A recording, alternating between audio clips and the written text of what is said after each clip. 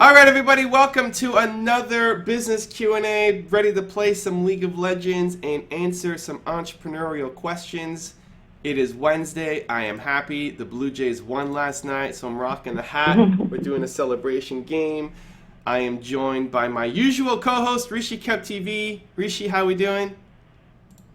I'm doing fabulous. Happy Wednesday, Believe Nation. Happy Wednesday. So Jay Rise is with me in game. We're going to try our experiment to play in the same bot lane together again. It didn't work out yesterday. And I had to pay attention not to ban Teemo. Wow. That was crazy yesterday. But yes, super excited to be back, be in game. It's video day. Blue Jays won. I got my Hayden's Power sticker on. It's I love that sticker. I got energy to burn today, so let's dive it into some entrepreneurial questions. All right, let's do it. Wait, what's in the First cup? question. I forgot. What's in the cup? I got so Today, excited. No, that's good. I'm glad you're excited. Today I've got a cup of community coffee, which it's my first time trying community coffee. Those of you out there who might know about, could you have community coffee where you guys are? I don't know. I don't think so. I've never heard of it. I've never heard of it. Yeah, it's okay. It's just okay. But other than that, I am feeling just a cup of inspired to just continue to grow and hopefully provide more and more value today to people. I love it. I love it. I just have my cup of protein shake that I'm almost done. 1 cup today. I also have my giant cup of water, and I just finished my cup of vitamin water. So. Oh, nice. Yeah. But Alex is moving today, so there's no coffee for me today. Alex usually stops off at Tim Hortons and brings me coffee, but anyway. No coffee today. Wow. He's not moving out of Toronto, right? No, he's actually moving closer to Toronto than Salsa. Oh, nice. And I actually offered to help move. I wanted, because today's video filming tape for me, I wanted to help him move and film at the same time. So I'm like packing boxes and going on an espresso rant or something. I thought that would be different, but anyway, he hired movers, so it's okay, it's fine.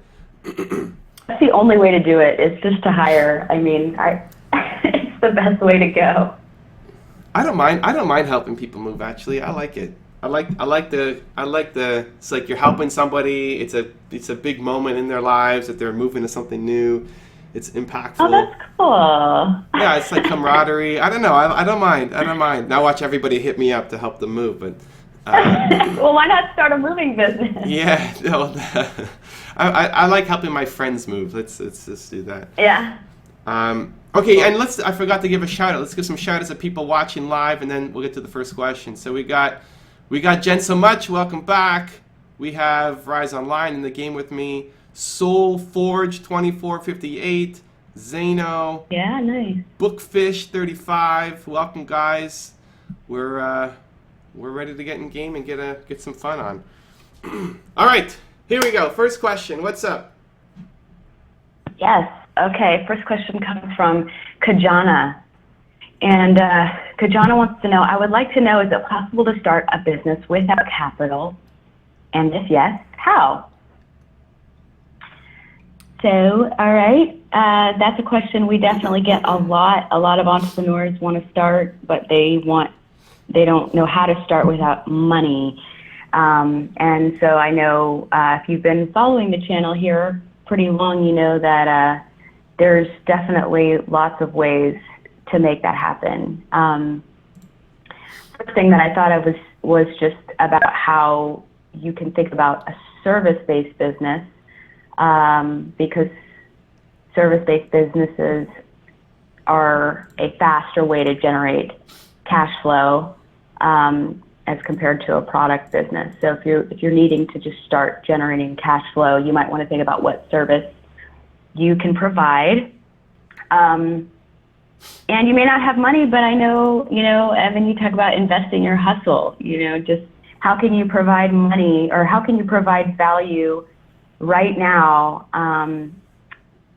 to the people around you. Again, maybe it's a service, but realizing that your hustle is definitely a powerful way to start getting closer to your goals.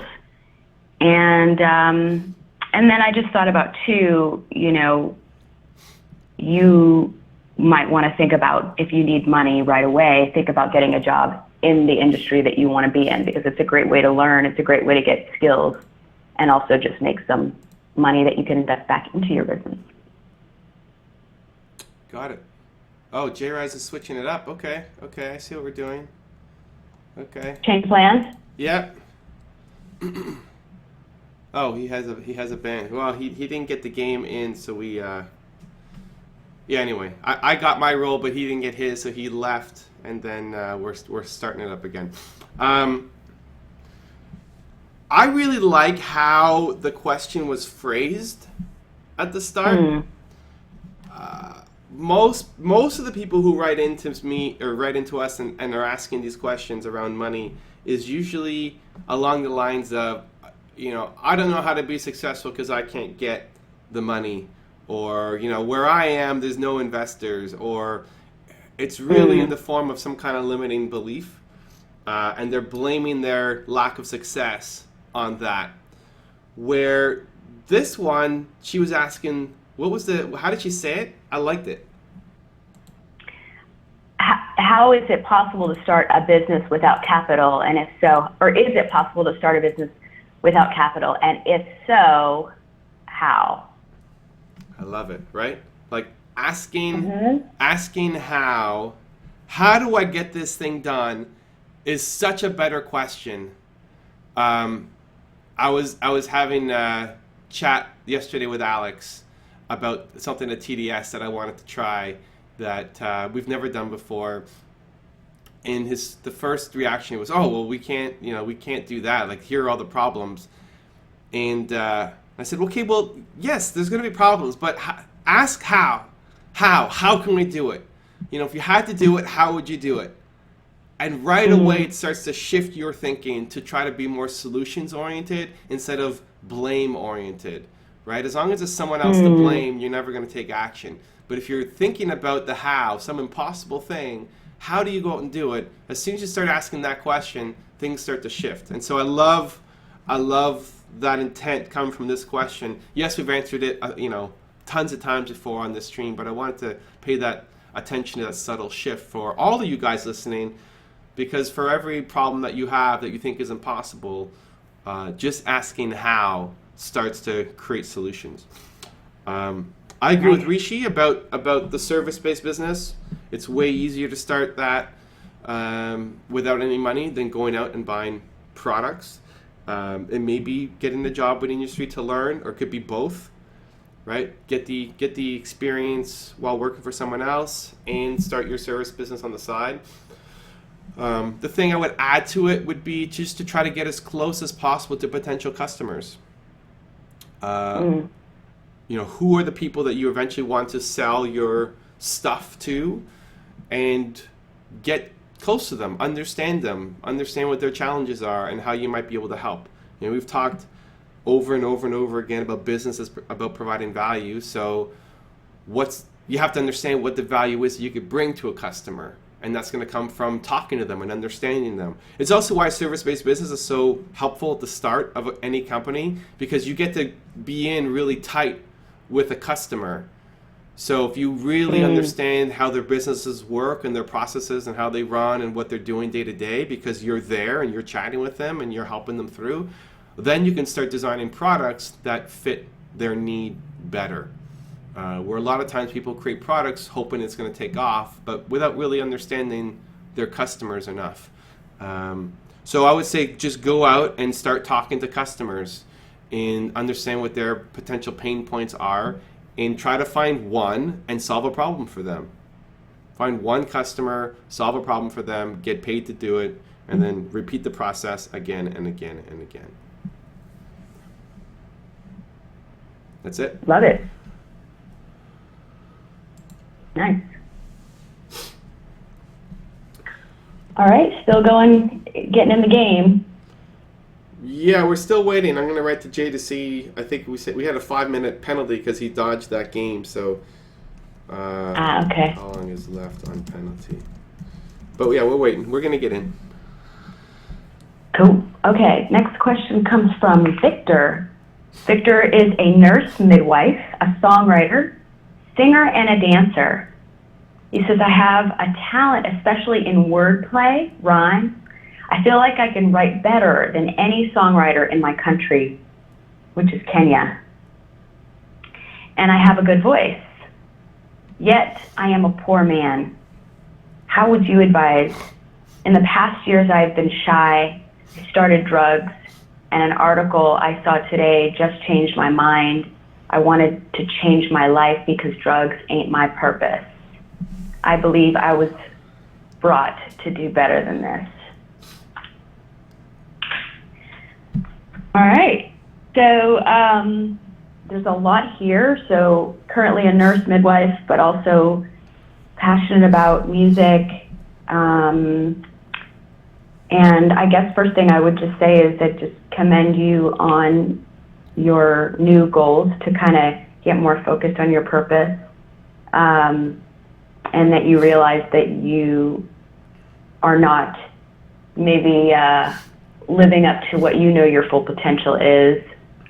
And so I know that's definitely a challenging moment, but it's also an empowering moment. And so I think that's awesome that you're on your way to set new goals. And I think if music is your passion, because I see you do a lot of things, but you mentioned being shy. I don't know if there's hesitations to share your music because you're really shy, but I would just encourage you to find ways of sharing your talent, writing songs, performing them. You're a dancer as well, looking for opportunities to just be involved in performances in your area.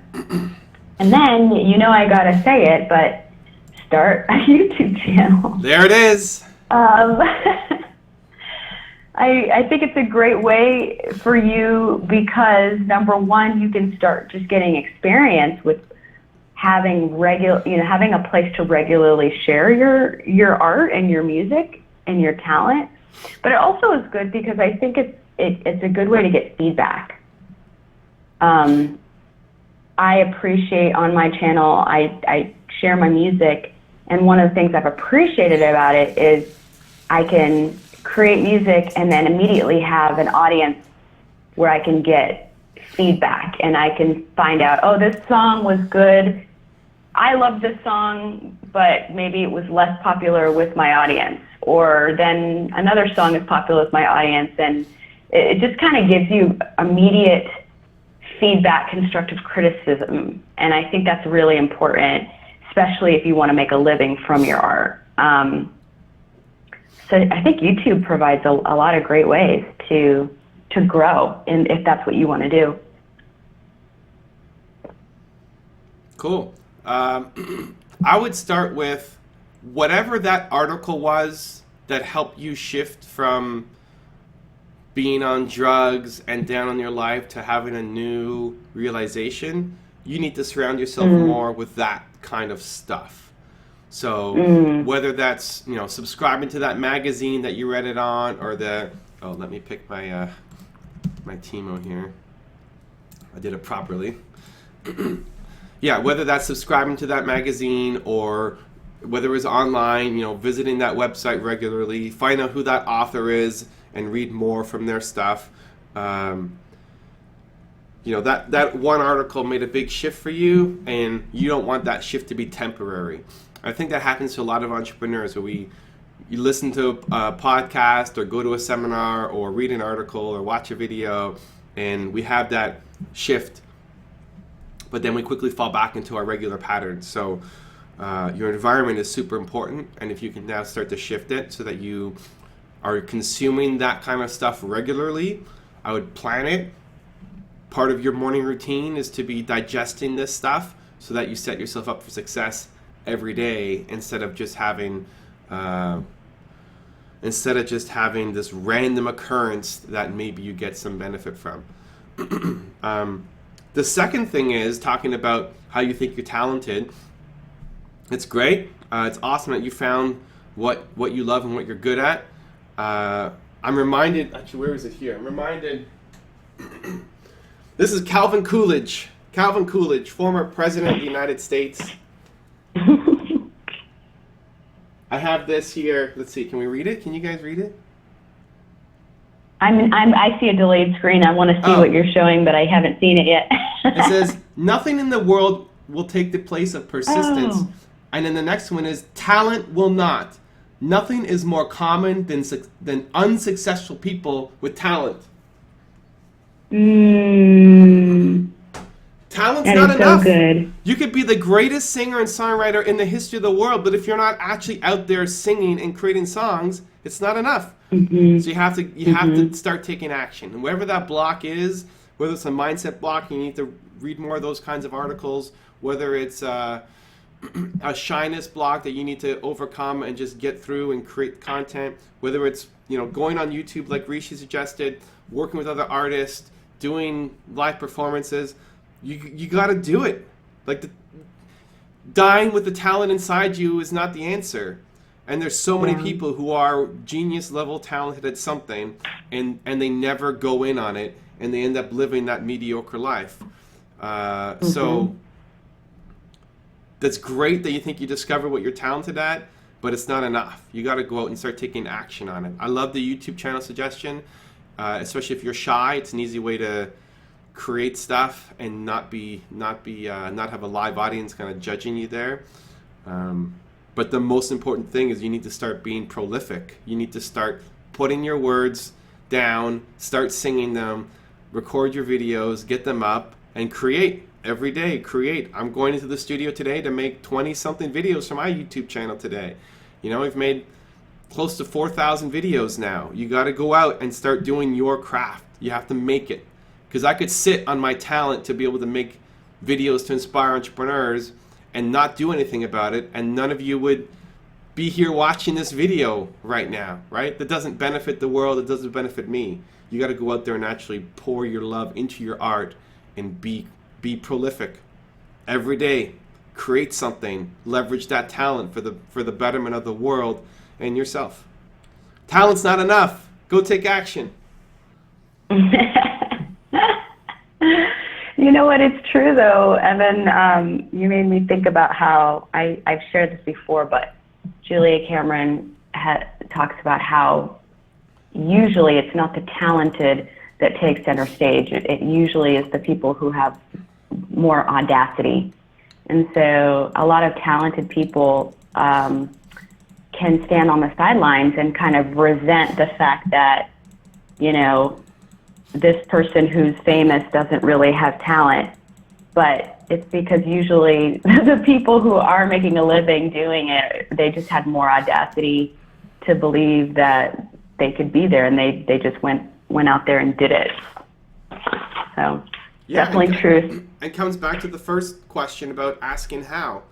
Instead of just blaming that somebody else is making it and you're not, right? And feeling like you have more talent than them and just being down on your life and living in resentment, ask yourself how. How can I go out and do it too? And just that subtle shift starts to make changes. Yeah. I have a follow-up with that, though, Evan, too, just because you're always talking about value, and this is something that I'm starting to see, especially with music or any art where it's subjective.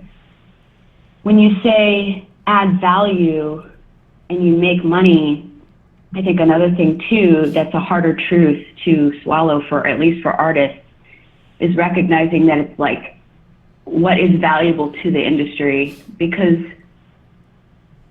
there are talented artists out there who are providing value and who are extremely talented and are hustling every day right? Like they actually are taking action, putting themselves out there, extremely talented, and they're still not where they want to be. And I think part of that is realizing that maybe sometimes as an artist, what you value is not what the industry values.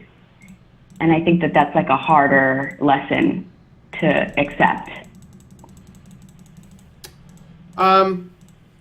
Potentially, I make stuff that I want to make. I consider myself an artist in the videos that I do. And every entrepreneur should really consider themselves an artist in what they do. In any business, if all you're doing is creating for the customer, that alone isn't enough. Like, if you go out, if you're a singer and you see that, Lil Wayne is killing it, and, that doesn't mean that you need to go out and start being a rapper. Now, maybe you love rap, maybe that's what you're all about. But if that would be very scary.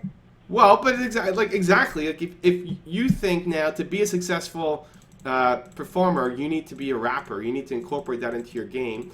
Now, sure, you could test it out, see if it's for you, but if it's not, then you're never gonna have success by trying to do what just the market wants right now. Sure. You have to do the thing that you like. For it to be real art, something really creative, it has to be something that you feel deeply passionate about. And it's about that intersection where you can provide something that's artistic and beautiful that also helps people. And so, when I look at my YouTube channel, that's what I do with the videos. I make things that I want to see. I make things that I'm frustrated that don't exist in the world. The best songs come from real heartache and emotion. Sometimes of the singer themselves, but if not, then of the person who wrote the song. And it's not just trying to copy somebody else's style. That's not the path. So I would just say pour more love into it. Be more prolific. Create more. Like, not everything is going to hit. So great, you poured a lot of love into one song. Awesome. One song isn't enough. Like, keep creating. You got to go out and make more music, make more paintings, make more postcards, make more designs, make more videos. It'll make you better, and also with more work, you're gonna get something that really hits with the audience too. Mhm. We got some comments, Jen, so much. Have you heard Jewel's story? Her first record was Not So Grunge, which was really hot at the time. Who? Jewel? And did she say Jewel? Jewel. Jewel, okay. Yeah, and then some other chatter, but yeah, I guess it's interesting. It's definitely a topic that... Yeah, and you need to change too, right? Like, the next part becomes, okay, I had a successful record, or what I did was great, but I'm not feeling that style anymore. And too many artists just keep making the same thing because they feel that's what their audience wants to hear, as opposed to what's a true creative expression of themselves. Where, you look at the Beatles, potentially the greatest band of all time.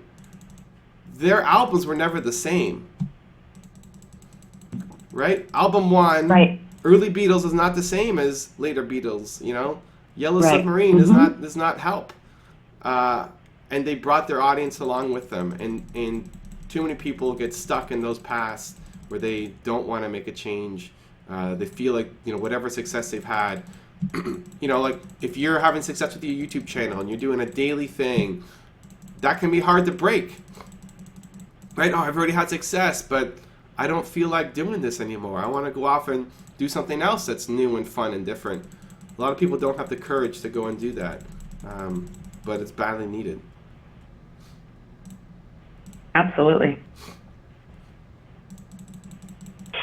Alrighty, we're in the game. Oh yeah, sorry, we're in the game. Yeah, I'm Timo Jungle.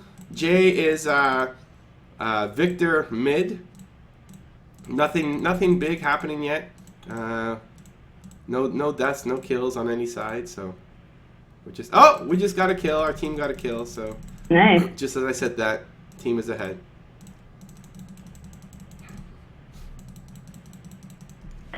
Alrighty. Next question comes from Costas. Costa. Yeah, and Costa is asking, I'm trying to get my own channel off the ground. It's called the Success Lab. And I just wondered if you would give me some of your main pieces of advice to get more views and subscribers. It's a YouTube question, Alrighty. Rishi. A YouTube question. Well, I guess what I would just say is, and I don't think it's wrong to, you know, ask these kind of questions, but I think the first and foremost at the forefront you want to be thinking about is the Success Lab a channel that is, you know, like what would you do regardless of views and subscribers, which kind of goes back to what we were just talking about, which is, do you have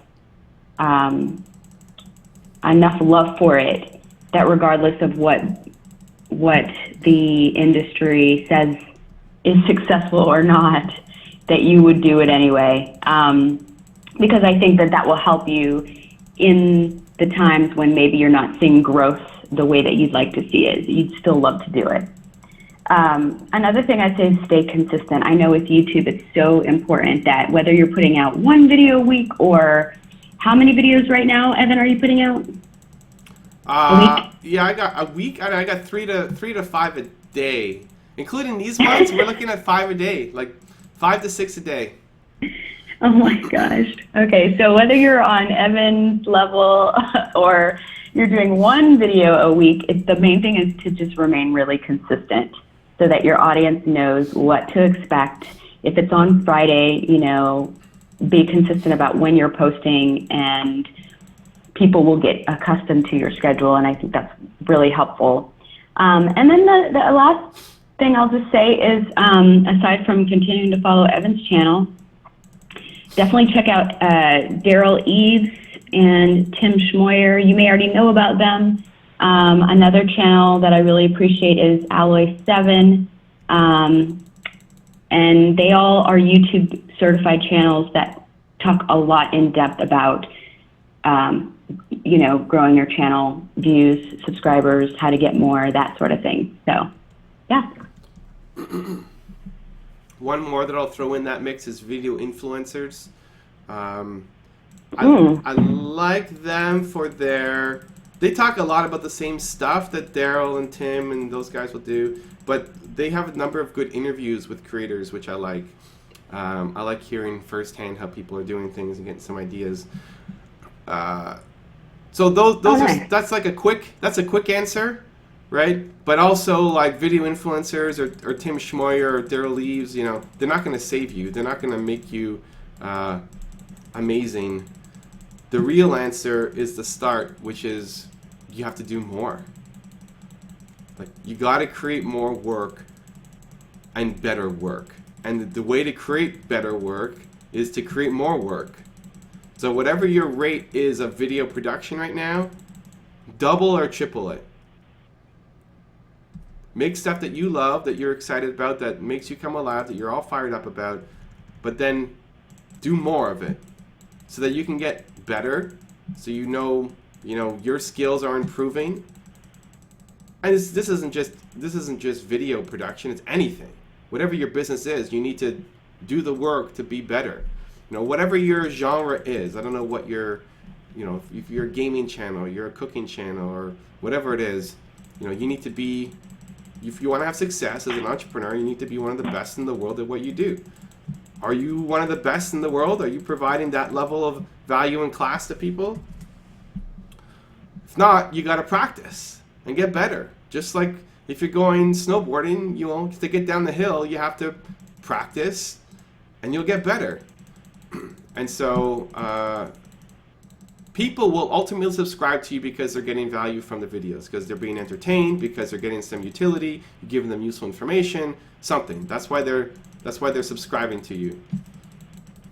And so you need to be able to produce content that makes people want to subscribe, right? You know, if you subscribe to my channel, it's not because you think I'm a nice guy. It's because you're getting some value from the videos that I put out. And as I make more, I understand better how to provide that value. So yes, and subscribe to those channels. It'll help you, or subscribe to channels like mine that give you motivation, But all the ideas and motivation won't work until you're actually out there taking some action and just doing more work. Do the work.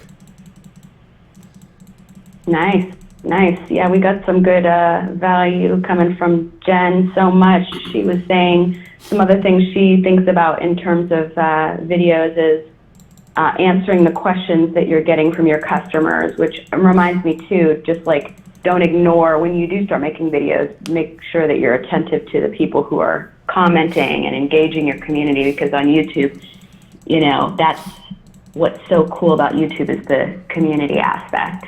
Yeah. And were you going to say something on that? No, I ignored a lot of the tactical advice that will help you, right? Like have good thumbnails, make better titles, Sure. Put keywords in your subject line, all of that stuff, all the tactical stuff helps. It definitely helps. I ignored it because it's not the major part, like a lot of people do that. A lot of people make good titles, a lot of people work on their thumbnails, and all those things will have an impact on you. But the biggest thing by far is just making better videos. And to get there, you need to practice to know what a good video is. And it sucks. It's a boring answer. I wish it was. Listen, I will change my thumbnails to have this magical text in it, and now my channel is going to be amazing.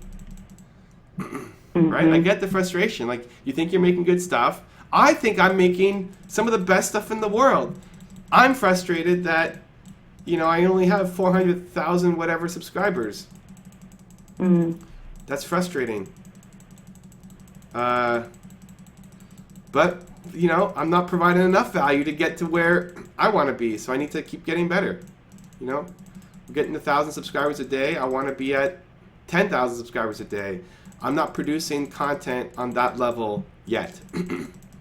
And it's not blaming, blaming people or being upset at other YouTubers who are having more success than me. I just need to put in more work. I need to put in more work, and I need to get better. That's it. So we got a comment from Bookfish35. He says, so funny to hear this advice. I'm not sure I understand the comment about the book, but he says, I was just planning to up my production, and now I hear this advice. So it looks like you inspired him to start putting out a little bit more videos. I love it. Love it. All right. Next question. We got a 7-5 game. 7-5 game. Let's see how Jay's doing. Jay is, where is he here? 2-0. Jay's doing well. I haven't done anything yet. I'm walking around, but I bought the pink ward that Martin, my coach, wanted me to, and it's still alive. So I remember to do that. So I'm excited, but we'll see how the rest of it goes. Okay, next question comes from Guillermo. Guillermo is 18 years old, and... What, sorry, 80 or 18? 18. 18, okay. And he has passionate desire to one day become the entrepreneur he dreams to be. I would love for you to mentor me because I know I will learn so much, even if it's the slightest advice. It would be an honor to know about any life advice and in starting the entrepreneurial world. All right. So I can't wait to hear your life advice, Evan, in this answer. You always have good life advice, good even life outside advice. of the entrepreneur. Okay. Yeah. But my just immediate feedback for Guillermo would be it's just starting to pay attention, whatever you decide to do, because it doesn't sound like he knows what specifically wants to do in business. But I would just say start paying attention to what matters to you most and how you see the world differently and how your perspective is unique. I used to, in a lot of ways, I think a lot of the times in general, I don't think I'm unique in this, but I have a unique perspective, and a lot of the times I would dismiss it. And I haven't realized until recently that it's the way that I see things differently, that it's supposed to be, like it's supposed to be that way, and it's connected to what I'm supposed to do. And I think the more people can be confident and comfortable with how they see the world differently, they will be quicker to realize their purpose. And so I just think that if we could encourage people to be more aware of how their perspectives are unique, because I think most of the time we live in a culture where you're pressured to fit in and to be like everyone else. And then when you do that, you actually lose the gold of how you're supposed to add value. So I just would say start thinking about how is your perspective unique, because it matters.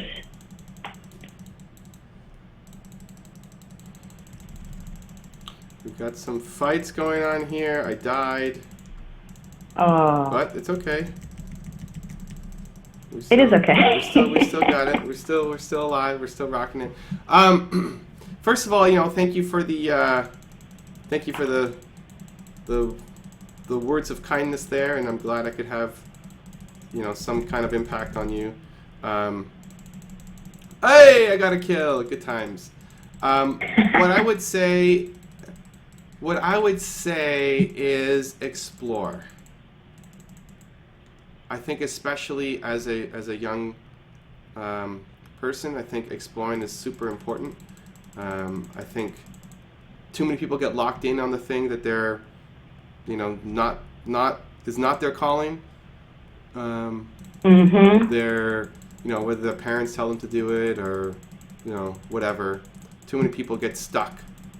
And there used to be this thing in Italian culture that I didn't really understand at the start, but in Italian culture was you don't really start having to take things seriously until you're 30. And I remember my cousins, or maybe just my family, where you just go explore, go try stuff, see the world, figure out who you are. And I resonate with a lot of that because I think people do. I was fortunate in that I got an opportunity to be an entrepreneur, and I took it.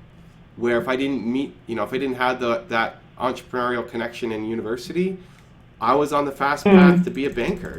That's what I was going to be. I'd be. Our ADC, one of our players just left the game. That's not good. Oh. That's gonna make it tough. Oh, he's back. Okay, good. I was going to be a banker, right? Imagine life as a banker. That would have been crazy. No disrespect to the bankers, but it's just not me. And so one of the skills that I've tried to really improve on is if there's something that I really want to do, really want to try, I have a curiosity for something, I just go out and start doing it. Just start trying. Find some small way to get started. If I want to start on YouTube, how did I start on YouTube? I just started. I just got a camera and I started. So whatever it is that you're curious about, go out and try it. Even if it doesn't make sense, even if there's no kind of rational thought there, don't put the pressure on that this has to be, your career, your calling. Often that pressure makes things a lot worse. And you could push the thing that you're meant to do, away from you, which isn't great. Right. So it's probably that would, if I was looking at myself at 18, that's what I would want to hear. Go out and try stuff. It would have given me I don't know that I would have changed anything because I did try stuff, but it would have given me more courage because I feel like I was those were some of the worst days of my life, and just trying to the fear of doing the wrong thing, the fear of, you know, of should I try this thing or not, and what if it doesn't work out? That was always something I was afraid of. So I built that muscle up, but it'd be great to have. My parents were always supportive of me, always told me to, you know, whatever I wanted to do, they're always behind me, which I really appreciate. It could have gone a lot of different ways. But I think just trying, exploring, and even now, like, you know, if you're 80 years old, try. Just, you want to do something? Try it. Just find a small way to get started so that it's not some big, huge, risky failure that you know, putting your house on mortgage for. Just find a small way and get started. That's it. Nice. You ready for another one? Yep. The game is not the name. I just wondered if the guy, since you lost one of your players, if that meant the game was going to get shortened. We're not. The team is not doing well. But we'll see what happens. We have time for one more. We're gonna keep. Yeah, we'll keep playing. Keep believing. Keep believing. Okay. Keep believing. Okay. All right. Next question is from Tlompo. Sorry, guys. This one, I'm definitely not doing a good job. We have another 18-year-old, and actually just started medical school, and following a long-term dream of mine is what he says. I like that. So he transitioned from being a pessimist to an optimist. He suffered great rejection many times before he finally got offered to study medicine. And he dealt with it really well and kept hoping, which paid off. So he had this kind of change from pessimism to optimism. How do you prevent yourself from slipping back to who you once were? I faced yet another disappointment in my academic career where my grades are not as great as I'd hoped they would be, despite doing my absolute best to achieve the highest possible level. How do I stay positive, self-driven, optimistic amidst facing disappointment? Yeah. All right, so definitely is a great question, and you know, I respect anyone who ends up pursuing the medical field because I know that it's such an intense, rigorous, it's a choice to just basically do what a lot of people won't do. And so I have friends who've pursued medical careers, and some of the things that they've undergone in terms of stress and testing and exams and stuff is definitely not for the faint at heart. But it sounds like this is his dream, so I don't know. I think there's a lot of layers to this question. I would just first encourage you to know that one thing I learned from my just education experience is that there is so much pressure to perform perfectly and to get the best grades and to never fail. But then you get out of college and you realize, like, there's so much more to life than that. You know, you put all this time, energy into trying to get these high grades. You just think you're going to die if you don't do your, you know, if you're not just this, you know, 4.0 student. And then you get into the real world and you find out that it wasn't all about the tests that you were taking. So I'm not saying it doesn't matter. I realize there's pressure to do well because, you know, it's part of what comes with what you're pursuing. But I really think that you can take the pressure off and realize that your disappointments and your rejections and your failures are part of your process of learning, and you're learning every single time you quote unquote fail. And yeah, there's just so much more to life than your academic performance. And I think we do a disservice, especially to young people, that we don't teach them that there is more to life than that. And other than that, I would just say, I think what I found out when I got out of school is that the people who are really successful aren't even the people who are getting straight A's oftentimes. It was the people who loved what they do. It was the people who were so passionate about what they were doing. And so, like I was thinking, Gary Vaynerchuk shared in one of his videos, he's really uncomfortable reading. He doesn't like to read. I don't know if I'm getting that right, but I remember him sharing that. It's like, so I wonder how well he did academically when it came to reading. But the guy is hugely successful. Why? Because he loves what he does and he's passionate about it. And how many other people out there just are like that? So more than the academic performance, I think find what you love about the medical field, focus on that, and you will definitely be successful because you'll love what you're doing.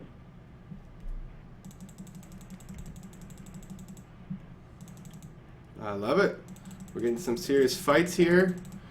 Half the team wants to surrender, but we'll see how it goes. This question to me, isn't that dissimilar to the first question? Talking about how, read the article and then kind of changed motivation. I think the two things that come to mind are, one, the environment is super important. We've talked about that already today. He mentioned that he changed from being a pessimist to an optimist. Like, what sparked that change? And he doesn't want to lose it, right? So what sparked that change that made you so positive? That was the turnaround for you, and try to do more of that. Was it a book? Was it a conversation? Was it an article? Was it a video? Was it your, girlfriend? What was it that sparked that change in you? And then try to have that every day, right? That's your new morning routines. You're going to do that, so that you can be more consistent in your habits. I think it's super important. There's a big fight going on. I should join. Team is dying everywhere. The second part is, to Rishi's point, like making sure you're doing something that you love. Making sure that the work that you're doing is something that you get motivated by. Like, you're motivated by the work. You love the process. And not everything is going to be great, and there's school and there's work and, there's a whole bunch of crap that you're not going to like doing. But, you're still motivated by the mission. You still love the work, right? You still want to do this thing. Are you that inspired by it, or not? What's the reason for going into the profession that you picked? And I think those two things will help. If you like the work, if you're motivated by the work, and you can create that environment for yourself that you are happy with, that makes you come alive, that's the start. I think you'll do fine. If you have a crappy environment, or you realize that you're in the wrong work, like, what? Maybe when I started this, I loved it, but now I don't, then it's really moving on, right? And that may suck because you put tons of effort and love and work into making this thing happen, but for those of you who aren't motivated by the work you're doing, you're not in love with it anymore, that's never going to be your path. That's what I got. Nice. There's a lot of chatter in the live chat about just, you don't have to necessarily be good at school to be successful, and that is absolutely true. Yeah, Gary, you brought that up. Was an F student all the way through. You don't have to be good at school. You have to apply yourself to something. And, to start it, maybe applying yourself to school, and the people who apply themselves at school do well. But if school isn't your thing, then you need to find out what is your thing and apply yourself to that. Mm-hmm.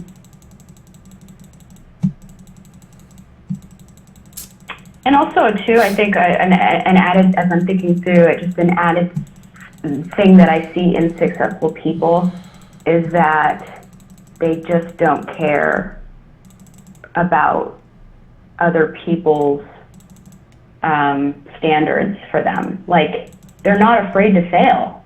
Like, I think the people who really struggle are the ones who just have such a hard time. They can't get past their failing. And I think that's another one is like, which I commend to, I can't say his name, Talumpo, because he's kind of advantaged in that he's experiencing failure and he's learning how to get back up. And actually that is going to be, I think, helpful to anything, his success in whatever he does. It's like learning how to just recover from failure, because that's what I see in successful people, is they just learn how to recover. I love it. So we're still in the game. Do you want another question? Yeah, we're still in the game. The team is losing 27-17. I am 5-1, so I'm doing well, but team is suffering, so we'll see. We'll see. I believe. We'll go. Let's do it. Okay. Next question is from Elijah. Elijah is, we got now a 14-year-old. Wow. Who loves entrepreneurship. And he says, my dream is to create an amazing airline that flies all around the world. So his passion is for air travel and airlines. And I had to give him a shout out because he says that every time he goes to his home airport, SFO, which, whoop, whoop, that's my home airport, SFO, West Side. And so he always gets inspired when he's in SFO, but he just sounds like he's really excited and wants to start an airline. But his struggle is that he found out that in order to start an airline, you need around $50 million to $100 million. So he has an idea of starting a travel booking website so that he could start, basically generating that kind of money to eventually start his own airline. But he's saying, what do I have to do to add enough value to a business and sell it for $50 million, $50 million plus? I'm only 14 years old and this is my first venture. What do I do? How can I become you? How can I become a successful business founder and entrepreneur? How do I make my dreams come true? All right. So I think definitely my just first thoughts would be, how can you start looking for opportunities in the travel industry, how to be involved so that you can start learning the business. And I think that, within that, you'll be able to meet other mentors and people who will help guide you to your ultimate goal of having your own airline. So I think it's also a great way for you to gauge whether you actually do love this, because you can start seeing all of the ins and outs of the travel industry and get the background and knowledge of the industry. So I would just start by, how can you maybe start working for an airline, or, yeah. Well, there's a lot of questions I know he has at the end too. I don't know if you, go ahead, sorry. No, well, my team surrendered, so we lost. I went 5-1, and J-Rise went 4-1, and the rest of the team led to a lot of deaths. We went 17-30. So what was that? The rest of the team went. Let's do some quick math. We're 5. We had 9. So they went what? 8 kills and 28 deaths. Is that right? Wow, that's really bad. 8 and 28, the rest of our team. Holy cow. Cool. So, I love the ambition. I love the sense of purpose. I think it's just going out and getting experience. I think of myself. I didn't know what I wanted to do, but when I was your age, when I was 12, 13 years old, I was out selling baseball cards. I was out negotiating deals with 40, 50, 60-year-olds. I was every weekend going out to different trade shows and connecting with people. You want to start doing that within your industry, whatever it may be, to start getting some kind of experience. I think of, you mentioned Gary Vaynerchuk. He was making $3,000 a week selling baseball cards when he was 13, 14 years old. I think of Steve Jobs, who's, you can't see him on this camera angle, he's behind me. When he was young, he called up the founder of Hewlett-Packard, because at that time it was still in the phone book, and he was asking for some parts for something that he wanted to build, and they gave him the parts and also gave him a job working at Hewlett-Packard, and so he started to get some experience. This is just a summer job because he's still in school. Started to get some experience in the industry, and that's probably had a big impact on how he got into technology and built Apple. So that's what you want to do. You want to show your hustle, go to events, learn, ask questions, volunteer, take part-time jobs, whatever it is. I think if your ultimate goal is to start your own airline, then making a website may not be the best path if you're just sitting at home doing everything yourself. You want to go out and get some contacts, get some experience, learn the industry. Whatever people will give you, do it, hustle at it, over-deliver, be the best working 14-year-old in the history that they've ever seen, even if it's just volunteering on some project, so that you start building a name for yourself and let your passion, enthusiasm, and hard work take over, and they'll lead you down a pretty exciting path. That would be my advice. Yeah, I'm excited for you. Nice. So, Evan, what was your favorite subject in school? Just curious. My favorite subject in school, when I was really young, I don't remember how old, but I used to love history. I remember, when I was in grade school, we didn't have computers or iPads or any of that stuff. So, it would be going to the library and getting books out and reading on the weekends. And I would always pull out, I loved Roman history. I would always pull out ancient Roman stuff or ancient Greek or the Phoenicians or any of the ancient history stuff I really liked. When I'm thinking like university, high school, university, I loved economics. It just came supernatural to me. I really loved it. But then I realized that economics is actually pretty useless for most people. Like as an entrepreneur, it's pretty useless. It doesn't really help you. It helps when you're thinking about, interest rates and economies, and if you're looking at a nation and, making their